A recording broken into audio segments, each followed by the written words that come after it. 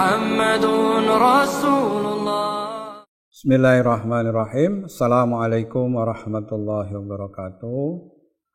Alhamdulillahi rabbil alamin. Arsala rasulahu bil huda wa dinil haq lidhirahu ala dini kullih wa kafa billahi syahidan.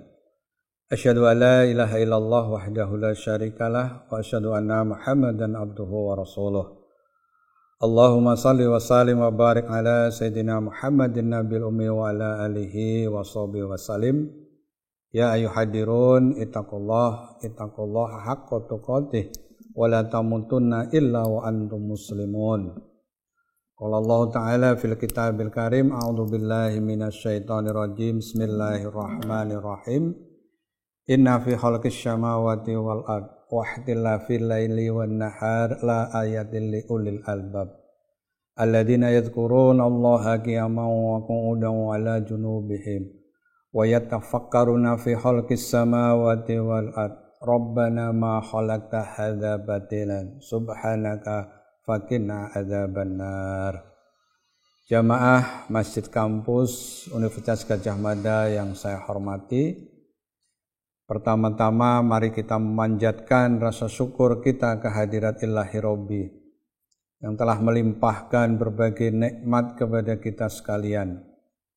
Nikmat berupa keselamatan, kesehatan, dan iman serta Islam, sehingga mempertemukan kita di dalam majelis yang sangat mulia. Insya Allah majelis yang senantiasa dicari oleh para malaikat. Pada kesempatan ini saya ingin sharing berkaitan dengan kajian, yaitu profil intelektual muslim atau yang sering disebut dengan ulil albab.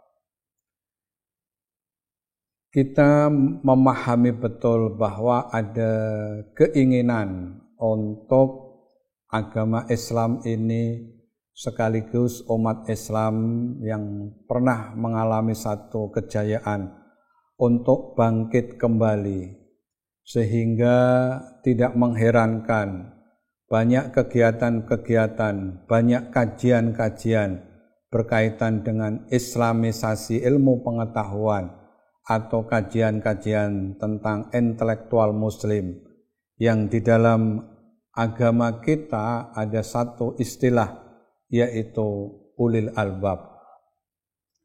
Banyak ayat-ayat yang mengkaji masalah ini. Namun ada satu ayat yang menarik yang saya bacakan di dalam muqaddimah, yaitu surat ketiga, surat Al-Imran ayat 190-191. Kalau kita lihat di dalam ensiklopedia Al-Quran, Profesor Wahbah Zulaili dan kawan-kawan mengkaji berkaitan dengan asbabul nuzul ayat ini, yaitu tatkala orang-orang Quraisy meminta kepada Nabi kita, Nabi Muhammad SAW, yaitu mintakan kepada Tuhanmu agar dia menjadikan bukit Sofa menjadi emas. Maka kemudian Nabi berdoa dan turunlah ayat ini. A'udzu billahi minasyaitonir rajim. Bismillahirrahmanirrahim. Inna fi khalqis samawati wal ard wa ikhtilafil laili wan nahar la ayatil li ulil albab. Sesungguhnya di dalam penciptaan langit dan bumi, silih bergantinya malam dan siang, terdapat tanda-tanda bagi orang yang berakal. Sesungguhnya di dalam penciptaan langit dan bumi, silih bergantinya malam dan siang, dengan teratur beda panjang pendeknya, panas dan dinginnya, serta yang lain, terdapat tanda-tanda adanya kekuasaan, keesaan Allah bagi orang-orang yang berakal atau orang-orang yang sehat akalnya. Siapakah orang yang disebut dengan ulil albab, maka kemudian dijelaskan pada ayat berikutnya. Alladzina yadhkurunallaha qiyaman wa qu'udan wa ala junubihim wa yatafakkaruna fi khalqis samawati wal ard. Rabbana ma khalaqta hadza batilan subhanaka faqina adzabannar. Yaitu orang-orang yang mengingat Allah sambil berdiri atau duduk atau dalam keadaan berbaring, dan mereka memikirkan tentang penciptaan langit dan bumi, seraya berkata, "Ya Tuhan kami, tiadalah Engkau menciptakan ini dengan sia-sia, Maha suci Engkau, maka perihalalah kami dari siksa api neraka." Jamaah yang berbahagia rahimakumullah. Dari ayat ini ada 3 ciri utama yang disebut dengan orang-orang yang berakal menurut Al-Quran, yaitu potensi berzikir, potensi berfikir, dan yang saya sebut dengan potensi aksi beserta dengan doa. Yang pertama adalah orang yang disebut berakal atau ulil albab adalah orang yang senantiasa berzikir kepada Allah. Kenapa senantiasa? Karena di dalam ayat ini, maka ingatlah akan Allah, baik itu berdiri, duduk maupun berbaring. Artinya dalam kondisi apapun, maka kita diminta untuk ingat kepada Allah. Nah, demikian juga di dalam surat yang lain, yaitu dalam surat An-Nisa. Apabila engkau telah menyelesaikan sholatmu, maka ingatlah kepada Allah. Baik itu berdiri, baik itu duduk maupun berbaring. Oleh karena itu, kita mengkaji kaitannya dengan potensi berzikir, ingat kepada Allah. Maka ada 3, yaitu zikir bilisan dengan ucapan, zikir bil arkan dengan perbuatan, dan zikir bil qalbi dengan hati. Zikir bilisan yaitu ucapan kita atau lisan kita, lisanun zakirun, lisan yang senantiasa basah menyebut nama Allah. Sering juga disebut dengan zikir jahar, zikir yang diucapkan, zikir lisan.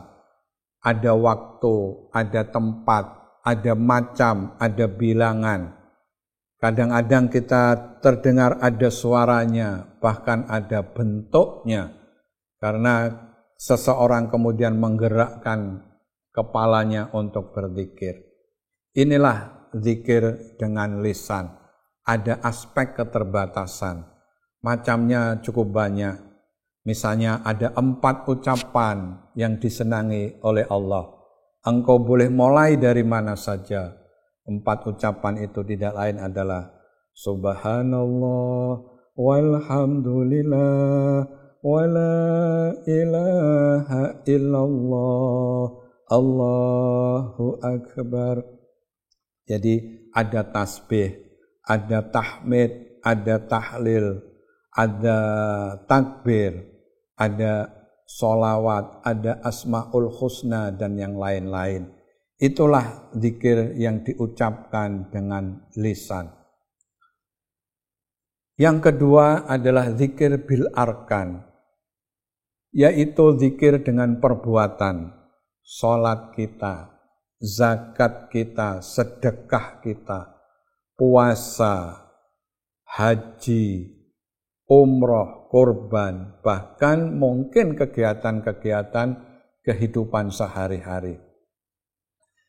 Namun ada satu pertanyaan, apakah setiap sholat, setiap puasa, setiap haji, bahkan berzikir itu sendiri dihitung berzikir? Maka disinilah kemudian kita perlu mengkaji kembali. Bahkan di dalam surat Al-Anfal, surat ke-8 ayat 35, Allah Allah menyatakan sembahyang mereka di sekitar Baitullah tidaklah berupa sebuah siulan dan tepukan tangan, maka rasakanlah azab disebabkan oleh kekafiranmu. Kemudian fawailul lil musallin, celakalah orang yang sholat, yaitu orang yang lalai di dalam sholatnya. Demikian juga zakat, demikian juga puasa. Betapa banyak orang yang berpuasa dapatnya hanya lapar dan dahaga. Oleh karena itu, tidaklah jaminan bahwa seseorang melakukan ibadah-ibadah, baik itu yang sifatnya ibadah-ibadah mahdhah maupun ghairu mahdhah, itu terhitung di dalam proses berzikir. Sehingga ada guyonan, kenapa tatkala dia dari masjid mengambil sendal orang lain? Karena dia mempraktekkan, ambillah yang baik, tinggalkan yang jelek. Jamaah yang berbahagia rahimakumullah. Oleh karena itu ada zikir yang ketiga, yaitu zikir yang ada di dalam hati. Inilah yang senantiasa, yang di dalam ayat tadi tidak lain adalah pada saat berdiri, pada saat duduk maupun berbaring.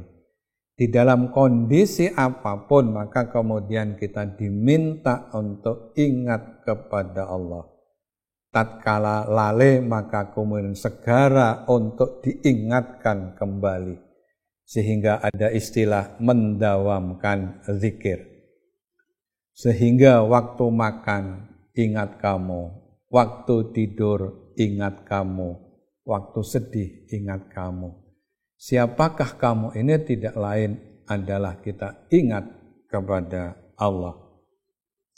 Oleh karena itu di dalam surat Al-A'raf ayat 205, A'udzu billahi minasyaitonir rajim, fadhkuru rabbaka fi nafsika tadharruan wa khifatan wa dunal jahri minal qauli bil udwi wal asal falatakum minal ghafilin. Dan sebutlah nama Tuhanmu di dalam hatimu dengan merendahkan hati, dengan rasa takut, tidak dengan mengeraskan suara, baik waktu pagi maupun petang. Bahkan ada yang menerjemahkan dari pagi sampai ke pagi lagi. Janganlah kamu termasuk orang-orang yang lalai. Lalai apa? Adalah lalai di dalam mengingat Allah. Jadi kembali jamaah yang berbahagia rahimakumullah, potensi yang pertama adalah potensi untuk senantiasa ingat kepada Allah. Wadkuruni adkurkum washkuruli wala takfurun. Ingatlah kepadaku, maka aku Allah akan ingat kepadamu. Di dalam ayat yang lain, maka alladzina amanu wa tatma'innu qulubuhum bi dzikrillah. Ala bi dzikrillah tatma'innul qulub. Yaitu orang-orang yang beriman, hati mereka menjadi tenang, menjadi tentram, tidak stres, tidak cemas, tidak bingung, bahkan tidak depresi. Bidzikrillah, dengan ingat kepada Allah. Ala bidzikrillah tatma'innul qulub. Ingatlah, hanya dengan ingat kepada Allah, maka hati akan menjadi tenang. Potensi yang kedua adalah potensi untuk senantiasa menggunakan akal, yaitu proses berpikir. Sehingga Islam adalah agama yang sangat memperhatikan tentang ilmu pengetahuan. Mari kita lihat bagaimana tatkala Allah akan menciptakan Adam, kemudian para malaikat sujud kepadanya, maka tidak lain adalah tatkala Adam itu diajarkan nama-nama benda, tidak lain adalah berkaitan dengan masalah intelektual. Kemudian yang kedua adalah kedudukan tentang akal itu sendiri. Orang-orang yang berakal, ulama, dan yang kita kaji pada kesempatan ini ulil albab. Kemudian kedudukan orang-orang yang menuntut ilmu, yang belajar. Bahkan di dalam kitab Ihya Ulumuddin, Imam Al-Ghazali menggambarkan bagaimana orang yang sedang menuntut ilmu, maka jalan menuju ke surga. Ikan-ikan bertasbih untuk orang-orang yang sedang menuntut ilmu. Kemudian kedudukan orang yang mengajar. Kedudukan tentang majlis ilmu, majlis yang dicari oleh para malaikat. Kemudian bertanyalah kepada ahlinya apabila kamu tidak tahu. Sehingga kalau dikaitkan dengan pandemi seperti ini, maka fas'alunaka ahli dzikri in kuntum la ta'lamun, yaitu tanya kepada teman-teman kita ahli kesehatan. Kemudian ada hadis yang lain, kamu lebih tahu tentang urusan duniamu. Kemudian kalau sesuatu diserahkan kepada bukan ahlinya, maka tunggulah kehancurannya. Yang berikutnya kita memahami bahwa Nabi kita Muhammad SAW adalah Nabi yang tidak pandai baca tulis, Nabi yang ummi, tetapi wahyu pertama adalah Iqra, yang artinya membaca. Demikian juga di awal tadi disebutkan, kita tahu bahwa ada mukjizat-mukjizat yang sifatnya fisikal. Nabi Ibrahim dibakar, tidak apa-apa. Nabi Musa bisa membelah laut. Nabi Isa bisa menghidupkan orang meninggal. Sehingga tidak mengherankan pada saat itu meminta Bukit Sofa menjadi emas.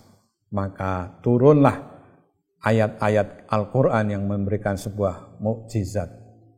Kemudian di dalam Al-Quran kita sering menanyakan berapa banyak atau bagaimana perbandingan antara pertanyaan dan pernyataan.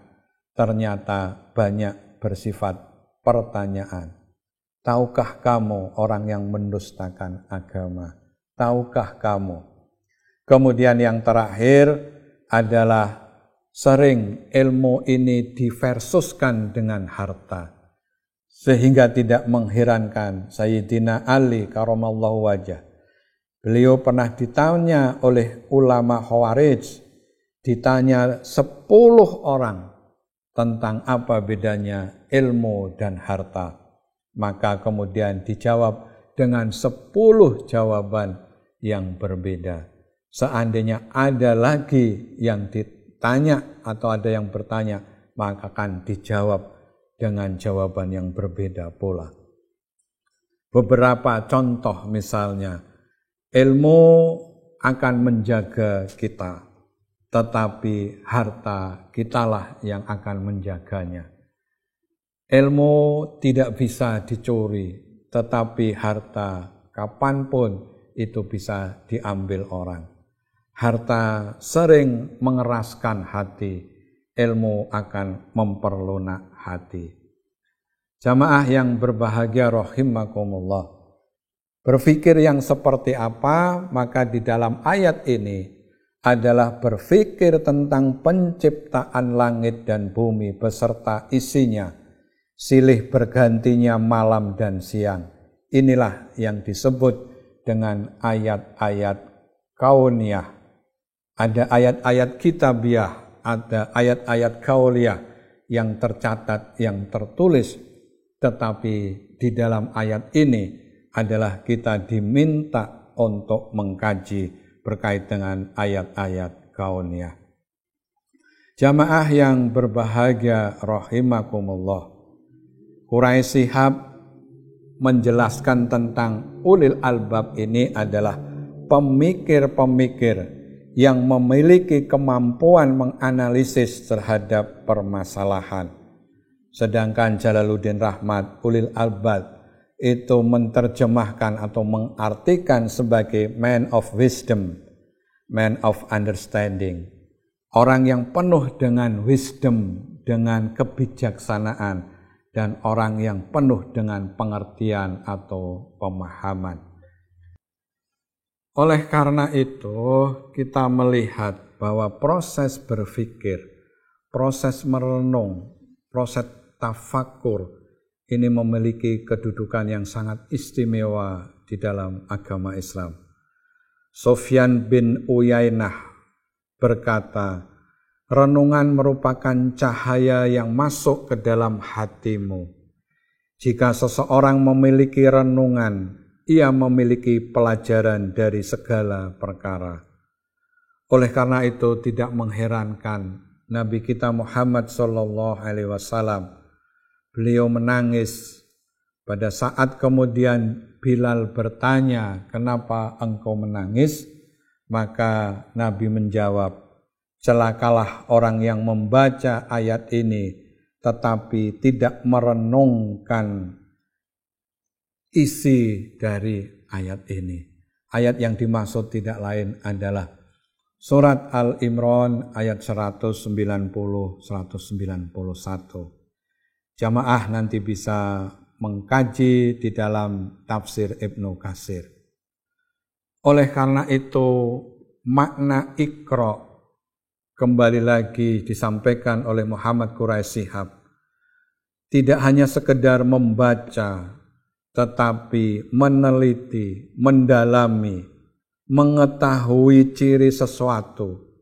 Bacalah alam, bacalah tanda-tanda zaman, bacalah sejarah, baik sejarah orang lain maupun sejarah diri sendiri, baik yang tertulis maupun yang tidak tertulis. Secara psikologis menjadi sangat menarik. Kenapa ayat ini memerintahkan untuk berzikir dahulu, baru berpikir? Bukanlah kemampuan manusia itu adalah untuk berpikir. Maka kondisi ini sangatlah sunatullah sekali. Apakah kita bangun dahulu baru ingat atau ingat dahulu baru bangun? Kalau kita bangun dahulu kemudian baru ingat, maka ada gangguan tidur, yaitu orang yang tidur sambil berjalan. Apakah kita mohon maaf, kencing dulu baru ingat atau ingat dulu baru kencing? Tatkala kita kencing dulu baru ingat, maka enuresis, yaitu ngompol. Oleh karena ayat ini sekali lagi adalah mengajarkan kepada kita sebelum kita berpikir, maka kemudian berzikir, yaitu menyambungkan ke kalimat-kalimat Allah. Kemudian potensi yang terakhir adalah potensi aksi dan doa, yaitu ya Tuhan kami, tidaklah Engkau menciptakan hal ini sia-sia. Oleh karena itu, kenapa ada unsur aksinya? Karena bagaimana kita tahu kalau semuanya ini tidak sia-sia? Tentu tatkala kita itu sudah mendalami, sudah meneliti yang tadi disampaikan, kata Iqra itu sendiri, mentazaburi dari alam semesta ini. Inilah ayat-ayat yang berkaitan dengan ulil albab. Oleh karena itu ditutup dengan Rabbana ma khalaqta hadza batilan subhanaka faqina adzabannar. Ditutup dengan doa, Maha Suci Allah, peliharalah kami semua dari siksa api neraka. Doa buhul ibadah. Doa itu adalah tonggaknya ibadah. Doa rohul ibadah. Doa itu adalah rohnya ibadah. Doa saiful mu'minin. Doa itu adalah pedangnya orang mukmin. La yarudu qadha ilal doa. Tidak ada yang mampu menolak qadha kecuali dengan doa. Demikianlah kajian tentang ulil albab yang dicirikan dengan bagaimana kemampuan seseorang selalu menghubungkan dengan Tuhannya, yaitu ingat kepada Allah, baik berdiri, duduk maupun berbaring. dalam kondisi apapun ingat kepada Allah. Turu-turu ojo lali, badan turu ati tangi, roh madhep marang Gusti. Dalam kondisi apapun maka ingat kepada Allah. Yang kedua adalah bagaimana kemudian kita menggunakan potensi akal. Afala takilun, afala tafakkarun. Apakah engkau tidak berakal? Apakah engkau tidak berpikir untuk memanfaatkan yang ada di muka bumi ini untuk kemaslahatan umat? Tetapi jangan lupa, yaitu kekuatan untuk dengan berdoa. Mudah-mudahan kita senantiasa diberi kemampuan untuk menjalankan semua amanah-amanah yang dibebankan kepada kita. Sekaligus di bulan Ramadan ini kita menjadi orang-orang yang memiliki predikat muttaqin. Al-haqqu mi rabbika, yang hak itu dari Allah, kurang dan lebihnya mohon maaf. Billahi taufiq wal hidayah. Assalamualaikum warahmatullahi wabarakatuh. La ilaha illallah Muhammadun Rasulullah.